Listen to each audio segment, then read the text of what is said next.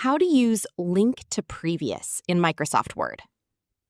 If you want to use different headers or footers in different sections of a Word document, this video will show you how to disable link to previous.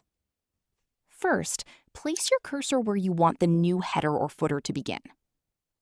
Now, go to the Layout tab, click on Breaks, and select Next Page under Section Breaks. Next, double-click the header or footer on the new section. You will see the Link to Previous option enabled. Click on it to turn it off. Now, you can edit the header or footer in this section without changing the previous section. You can add different text, page numbers, or other content as needed. That's how you can use Link to Previous to create different headers or footers in Microsoft Word. If you find this video helpful, click on like, share, and subscribe for more tutorials.